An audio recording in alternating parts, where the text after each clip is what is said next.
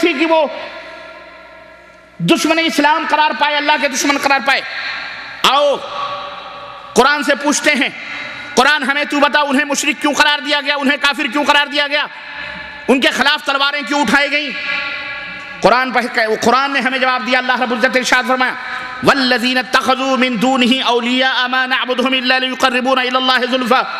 اللہ نے فرمایا کہ اللہ کے سوا یہ جو دوسرے لوگوں کی عبادت کرتے ہیں، پوجتے ہیں اور انہوں نے اپنا اولیاء بنا رکھا ہے، جب ان سے کہا جاتا ہے ان کی پوجا کیوں کرتے ہو تو کہتے ہیں مَا نَعْبُدُهُمْ إِلَّا لِيُقَرِّبُونَ إِلَى اللَّهِ زُلْفَىٰ، ہم ان کی عبادت صرف اس لیے کرتے ہیں تاکہ یہ ہمیں اللہ سے قریب کر دیں۔ سورہ زمر آیت نمبر 3۔ اسی طرح اللہ رب العزت نے ارشاد فرمایا وَيَعْبُدُونَ مِن دُونِ اللَّهِ مَا لَا يَضُرُّهُمْ وَلَا يَنفَعُهُمْ، یہ لوگ ان کی عبادت کرتے ہیں جو نہ انہیں نقصان پہنچا سکتے ہیں نہ انہیں فائدہ پہنچا سکتے ہیں۔ وَيَقُولُونَ هَؤُلَاءِ شُفَعَاؤُنَا عِندَ اللَّهِ، اور یہ کہتے ہیں کہ یہ بزرگ جو ہیں یہ ہمارے سفارشی ہیں اللہ کے نزدیک، یہ ہماری شفاعت کرنے والے لوگ ہیں۔ یہ تھا ان کا کفر، یہ تھا ان کا شرک، اور یہ تھی ان کی جاہلیت۔ یہی وہ جاہلیت تھی جس کی مخالفت حضرت محمد رسول اللہ صلی اللہ علیہ وسلم نے فرمائی۔ یعنی اخلاص نہیں، اخلاص حکم یہ دیا گیا اللہ ہی کو پکارو، خالص اللہ کو پکارو، نفع اور نقصان کا مالک اللہ ہے، اور انہیں اللہ کے نبی نے بتلایا کہ یہ ہے اللہ کا دین، اس کے سوا کوئی بات دین نہیں ہو سکتی، اللہ کے نزدیک کوئی دین اس کے علاوہ قابل قبول نہیں ہوگا۔ اور اس طرح آپ صلی اللہ علیہ وسلم نے انہیں خبردار کیا کہ سنو، اہل جاہلیت کی ان پسندیدہ باتوں پر جو بھی عمل کرے گا اللہ تعالیٰ اس پر جنت کو حرام کر دے گا اور اس کا ٹھکانہ جہنم ہوگا۔ میرے عزیزو، یہ مسئلہ اتنا اہم ہے کہ پورے دین کی اساس اسی کے اوپر قائم و دائم ہے، یہ توحید کا مسئلہ ہے۔ اس بنیاد پر مسلم اور کافر کی تفریق کی جاتی ہے، اسی مسئلے پر دونوں کے درمیان عداوت اور دشمنی ہوتی ہے، اور اسی غرض سے جہاد بھی شروع کیا گیا ہے۔ معلوم ہوا کہ اہل جاہلیت اللہ کی بندگی اور دعاؤں میں نیکوں بزرگوں کو بھی شریک کرتے تھے۔ ان کا عقیدہ تھا کہ صالحین کی اسی تعظیم کو اللہ پسند فرماتا ہے، اور اس کے ذریعے اللہ کے ہاں وہ اپنے لیے شفاعت چاہتے تھے، کیونکہ ان کا خیال تھا کہ صالحین بھی اس کو اچھا سمجھتے ہیں۔ یہ تھی جاہلیت جو نبی کے زمانے میں موجود تھی، اور آپ نے اس کو بٹایا، اس کے لیے تلوار اٹھائی، اور اسی بنیاد پر، اسی جاہلیت کی بنیاد پر وہ کافر اور مشرک قرار پائے، اسی لیے جنگیں ہوئیں۔ یہ قرآن و سنت نے ہمیں یہ بتلایا۔ اب آئیے ذرا دور حاضر میں دیکھیں، اپنے معاشرے، مسلم معاشرے کے اوپر غور کریں اور اپنے اپنے ملکوں کا جائزہ لیں۔ یہ آواز بہت تیز ہو رہی ہے، کیا بات؟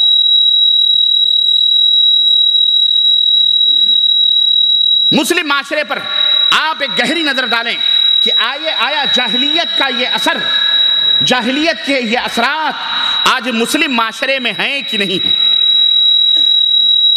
آج ایک مسلمان کلمہ بھی پڑھتا ہے، مسجد بھی بناتا ہے، صدقہ بھی دیتا ہے، زکوٰۃ بھی دیتا ہے، سب کچھ کرتا ہے، لیکن وہی مزار بھی پوجتا ہے، وہی درگاہ پہ بھی جاتا ہے اٹھتے بیٹھتے، یا غوث المدد یا خواجہ غریب النواز کے نعرے لگاتا ہے کہ نہیں لگاتا ہے؟ بزرگوں کو پکارتا ہے کہ نہیں پکارتا ہے؟ چونکہ ہمارا موضوع بھی یہی ہے، ہمارا موضوع چونکہ یہی ہے، بات صاف اور واضح، اور آپ کے لبوں پر جو مسکراہٹیں ہیں اس سے ہمیں اندازہ لگ رہا ہے کہ بات سمجھ میں آ گئی۔ جاہلیت کیا ہے؟ قرآن و سنت کے اندر اس کا ثبوت، اور دور نبی صلی اللہ علیہ وسلم میں اس کا وجود، اور پھر مسلم معاشرے پر اس کے اثرات۔ ہم اور آپ اگر میں سوال کروں کہ آج یہ موجود ہے کہ نہیں موجود ہے، تو سب یہی کہیں گے یقیناً آج ہمارے معاشرے میں یہ جاہلیت موجود ہے، اور یہ جاہلیت پائی جاتی ہے۔ کوئی گلی، کوئی شہر، کوئی بستی، کوئی قریہ ایسا نہیں ہے جہاں آج درگاہوں، مزاروں، شدوں اور علموں اور چبوتروں کی پوجا نہ کی جا رہی ہو، اور ان کی پرستش نہ کی جا رہی ہو، اور ان کی عبادت و بندگی نہ کی جا رہی ہو۔ یہ اصل جاہلیت تھی میرے عزیزو۔ اس زمانے کے لوگ اس طرح سے بزرگوں کو پکارتے تھے، اس لیے وہ جو ہے مشرک اور کافر قرار پائے۔ آپ کے سامنے واضح ہے، پتہ یہ چلا کہ ایسی جاہلیت میں جو شریک ہوتا ہے، ملوث ہوتا ہے، اس کا ٹھکانہ جہنم ہے۔ اگر وہ بغیر توبہ کے مر گیا تو اللہ تبارک و تعالیٰ اس کے اوپر جنت کو اللہ نے حرام قرار دیا ہے، کیونکہ اللہ نے فرمایا انہو من یشرک باللہ فقد حرم اللہ علیہ الجنہ ومأواہ النار وما للظالمین من انصار، کہ جو شرک کی حالت میں مرا اللہ نے جنت کو اس کے اوپر حرام کر دیا، اس کا ٹھکانہ جہنم ہے، اور ان ظالموں کا کوئی مددگار نہیں ہوگا۔ چنانچہ آئیے آج شیخ عبد القادر جیلانی کے تعلق سے ہمارے ملک کے ایک بہت بڑے اعلیٰ حضرت جن کو مجدد میت حاضرہ کہا جاتا ہے، جو امام ہیں، امام الاحناف ہیں، انہوں نے ایک نعت ان کی ہے اور اس کے ایک دو شعر ہیں، وہ کہتے ہیں شیخ عبد القادر جیلانی کی تعریف میں، اور ذرا غور کریں، میں نے بتایا تھا عوام تو عوام ہیں، ائمہ بھی ان کے اسی شرک کے اندر ملوث ہیں۔ وہ کہتے ہیں کہ اس کے فرمان میں سب شارح حکم شارع، مظہر ناہی و عامر بھی ہے عبد القادر، مظہر ناہی و عامر بھی ہے عبد القادر، ذی تصرف بھی ہے معزون بھی مختار بھی ہے، ذی تصرف بھی ہے معزون بھی مختار بھی ہے، کار عالم کا مدبر بھی ہے عبد القادر۔ استغفر اللہ۔ میں کہتا ہوں یہ عقیدہ کفار مکہ کا بھی نہیں تھا۔ کفار مکہ کے کیا کہتے تھے؟ اللہ نے فرمایا وَمَن يُدَبِّرُ الْأَمْرَ، ان سے کہو کہ یہ کائنات کے اندر کار عالم کا مدبر کون ہے؟ تو وہ کہتے ہیں اللہ۔ لیکن ہمارے ہندوستان کا اعلیٰ حضرت کہتا ہے کہ شیخ عبد القادر کون ہے؟ یہ مدبر عالم ہیں، تمام کائنات کو چلانے والے شیخ عبد القادر جیلانی۔ استغفر اللہ۔ اس سے بڑا کفر اور اس سے بڑا شرک اور کیا ہو سکتا ہے؟ اور غرض کہنے کا مطلب یہ ہے کفار اس طرح کی بہت ساری باتیں بہرحال موجود ہیں اور ان کی تفصیلات ہیں، میں ان تفصیلات میں نہیں جانا چاہتا، بلکہ آئیے اب دوسری جہالت کی طرف میں آپ کے ذہن کو لے کے چلوں۔ یہ ایک جاہلیت تھی، یہ ایک جاہلیت تھی۔ اسی طرح دوسری جاہلیت کے اندر جو کفار مکہ ملوث تھے وہ انتشار و افتراق کی زندگی گزارنے والی جاہلیت تھی۔ یہ بھی جاہلیت ہے کہ تفرقے بازی کریں، فرقے بندی کریں، جماعت سازی کریں، انتشار باہمی طور پر اتحاد باہمی نہ ہو بلکہ انتشار ہو۔ اہل جاہلیت منتشر تھے، ٹکڑے ٹکڑے کے اندر پٹے ہوئے تھے، ٹولی ٹولی آپس میں وہ لوگ ایک دوسرے کے دست پا گرفتار تھے، مل جل کر سموتات اور اطاعت و فرما برداری سے جینا اور رہنا اسے وہ حقارت کی نظروں سے دیکھتے تھے۔ چنانچہ اللہ تعالیٰ نے انہیں مل کر رہنے کا حکم دیا اور اس جاہلیت کو ختم کرنے کا حکم دیا، اور قرآن کریم میں اللہ رب العزت نے ارشاد فرمایا یا ایھا الذین آمنوا اتقوا اللہ حق تقاتہ، اے لوگو جو ایمان لائے ہو اللہ سے ڈرو اور جیسا کہ ڈرنے کا حق ہے، اور جب تم مرو تو اس حال میں مرو کہ تم مومن ہو، کہ تم مسلمان ہو۔ واعتصموا بحبل اللہ جمیعا ولا تفرقوا، اللہ کی رسی کو مضبوطی سے پکڑ لو اور ٹکڑے ٹکڑے نہ بنو۔ واذکروا نعمت اللہ علیکم، اور اللہ کی اس نعمت کو یاد کرو جو اللہ نے تم پر کی ہے۔ اذ کنتم اعداء، کہ جب تم منتشر تھے، ایک دوسرے کے دشمن تھے، فالف بین قلوبکم، تو اللہ نے تمہارے دلوں کے اندر محبت ڈالی۔ فاصبحتم بنعمتہ اخوانا، تو اس دین اسلام کی بدولت تم بھائی بھائی بن گئے۔ وکنتم علی شفا حفرۃ من النار، اور تم جہنم کے دہانے پر کھڑے ہوئے تھے۔ فانقذکم منہا، تو اللہ نے اس سے تمہیں نکالا۔ کذالک یبین اللہ لکم آیاتہ لعلکم تہتدون، اللہ اسی طرح اپنی آیتوں کو بیان فرماتا ہے تاکہ تم ہدایت پا جاؤ۔ میرے عزیزو، ان آیات میں اللہ تعالیٰ نے ظلم، تعدی، تفرقہ بازی، نافرمانی اور عدم اطاعت سے منع فرمایا ہے، کیونکہ یہ جاہلیت کا شیوہ تھا۔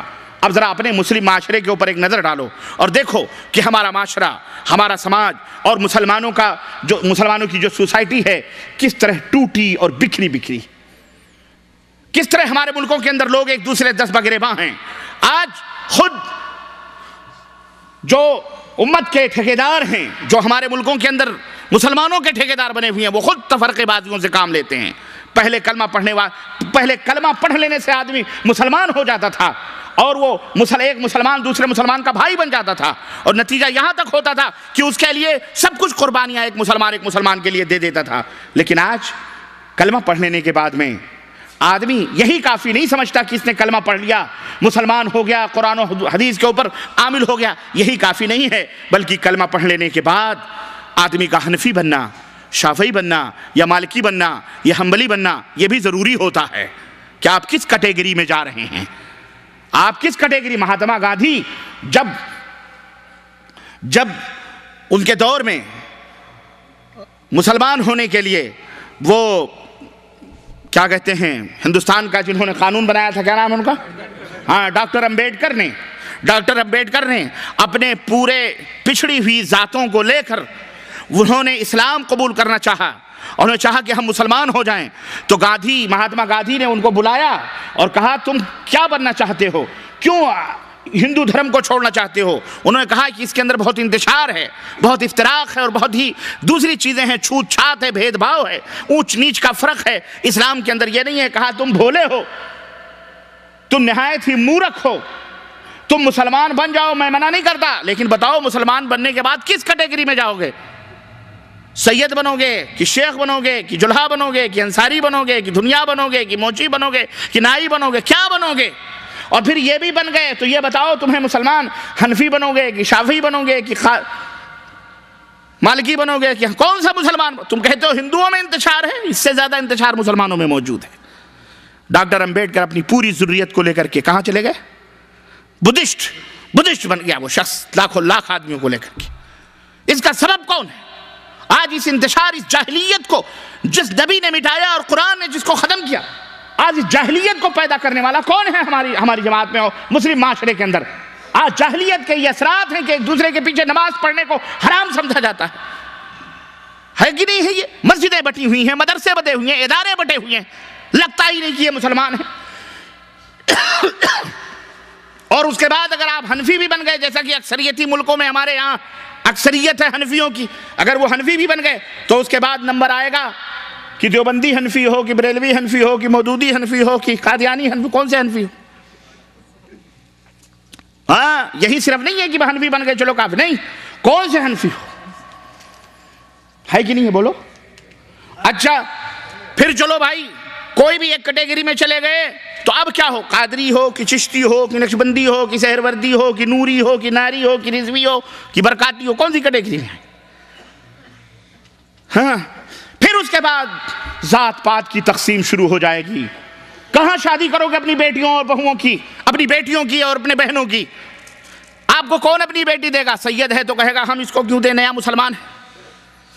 ایک کافر نے یہ بات کہی تھی کسی موقع پر اعظم گڑھ کے، اس نے کہا بابو تم لوگ روٹی تو دے دیتے ہو لیکن ہم مسلمان کیسے ہو جائیں، ہمیں کوئی بیٹی دینے کے لیے تیار نہیں ہوتا۔ آج جو لوگ مسلمان نہیں ہو رہے نا، ہماری خود اپنی بدعملیوں کی وجہ سے، ہماری خود نیا مسلمان ہوا اسے کوئی بیٹی دینے کے لیے تیار نہیں، اس کی بیٹی کو لینے کے لیے تیار نہیں ہوتا۔ یہ اسلام ہے؟ ارے وہ کون لوگ تھے جو مکہ چھوڑ کے مدینہ گئے تو کہنے والے نے کہا اللہ کے نبی میرے پاس 2 بیویاں ہیں، یہ اپنی بیوی چھوڑ کر کے آیا ہے، جو پسند ہے اس کو میں اسے طلاق دیتا ہوں۔ کہاں تھے وہ لوگ؟ کہاں ہیں وہ مسلمان، وہ قربانیاں، وہ اثار؟ تو جس کو تم اپنے سینے سے لگانے، آپ کون سے اسلام کی بات کر رہے ہو؟ آپ جس جاہلیت کے شکار ہیں، یہ انتشار کے، افتراق کے، آپ ان جڑوں کو ختم کریں۔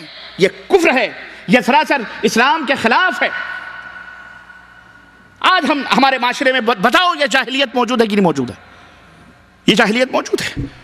اور وقت نہیں ہے، اذان میں 5 منٹ باقی ہے، پرچی آ گئی۔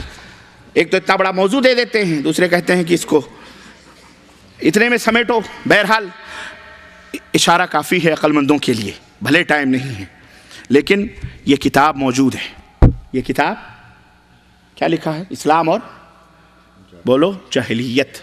اس کتاب کو خریدو یا فری میں بھی تقسیم ہوتی ہے دعوت سینٹروں میں، اس کتاب کو لو، اس کو پڑھو۔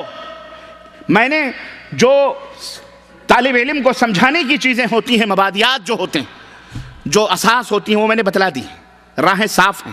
پڑھتے جاؤ گے ہر بات انشاءاللہ سمجھ میں آتی جائے گی۔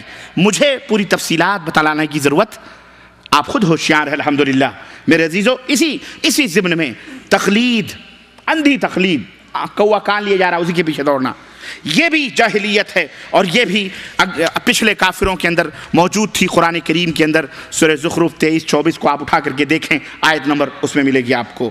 اسی طرح سے اس کے علاوہ بہت سی جاہلیتیں تھیں، حق پرستوں کی قلت تعداد کو حق کے خلاف دلیل بناتے تھے، اور بہت ساری جاہلیت اس کتاب میں آپ کو ملے گی۔ آپ اس کو پڑھیں انشاءاللہ تعالی۔ یہ محاضرہ یا یہ لیکچر، یہ جو کچھ بیان ہوا ہے، یہ آغاز باب تھا، میں نے ابتدا کر دی ہے، انتہا آپ کریں، آپ خود پڑھیں، سمجھیں۔ اللہ تعالیٰ سے دعا ہے کہ اللہ تعالیٰ ہمیں اور آپ کو پڑھنے سننے سے زیادہ عمل کی توفیق عطا فرمائے، اور ہم سب کو کتاب و سنت پر چلنے کی توفیق عطا فرمائے، آمین یا رب العالمین۔ وصلی اللہ علی نبینا محمد وعلی آلہ وصحبہ اجمعین، والسلام علیکم ورحمۃ اللہ وبرکاتہ۔